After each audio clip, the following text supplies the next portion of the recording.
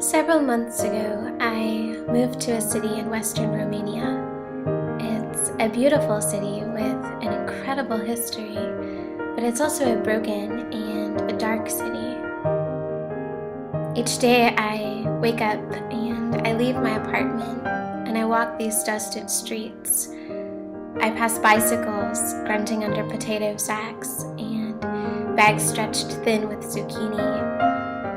There's these slabs of concrete that line the streets, all this paint chipping away. I see little brown-eyed boys who are half-bent over in wastebaskets and 11-year-old girls who beg at taxi windows under red lights. There are crippled men and women that sit outside church gates, and I see the poverty and the sickness and the darkness. You can't really walk these streets for long without seeing the ugly beautiful.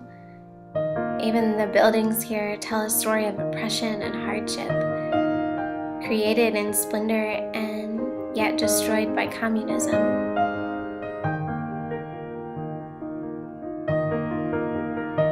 I live in a place where children are forced to the streets when the state orphanage no longer wants them. I live in a place where women sell their babies street side and where entire systems allow for infant abandonment. I live in a place where men and women work long hours in factories and hardly make a sufficient wage. I live in a place where it's normal to see entire families bent over wastebaskets, their children begging outside of markets. I live in a place where service is rendered based on a bribe, where 9 out of 10 babies are aborted, and where church bells ring steady throughout a day, and yet where's the church? It's this passage in the Gospels that keeps stirring deep inside. Lord, when did we see you hungry and feed you, or thirsty and give you drink?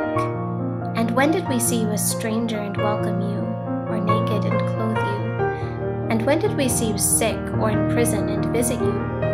And the king will answer them, "Truly, I say to you, as you did it to one of the least of these my brothers, you did it to me." I spend several days a week with young women who have been abandoned and forced out of the state orphanages. We share life together. We cook together. We learn together. We work together. And we seek the Lord together.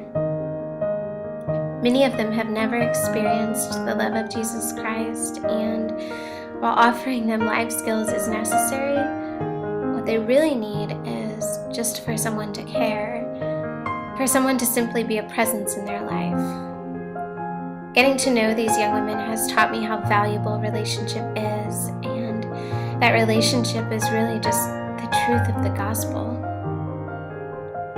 I fight a system that is corrupt and broken, and after several months, the security guards finally give me the authorization I need to enter hospital grounds. And I meet with the head OBGYN nurse, and she tells me that babies are dying, and no one even knows. That there's an entire building of them that no one even knows exists. We walk across the courtyard to this building that's just decaying, and I walk into these dark rooms where infants abandoned after birth are kept.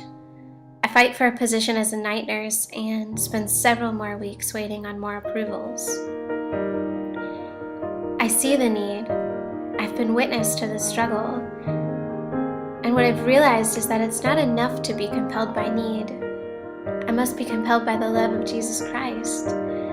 Because I can't change the past for these beautiful young women. I can't erase their scars.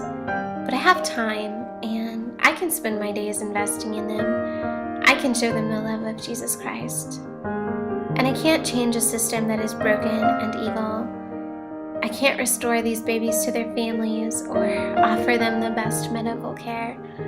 But I can fight for them, and I can continue to press against a corrupt system, and I can be their voice, and I can believe that God will defend their cause. And living here, I'm most awakened to His love. How His love can reach into the deep, dark places and ignite hope and joy. These months have tested and tried me, and Sometimes it's cold running water, and other times it's officials who don't grant your requests, and a lot of times it's this feeling of discouragement. You can walk the streets for days and not find a smile anywhere. But all the time, it's God's goodness. And when we make our home in Him, it doesn't matter that we live in a place of oppression and poverty and darkness, because He is there. He's there through us, and we can let Him love us, love the whole wide world around, and together we can discover that there isn't really any other place on earth where we'd rather be.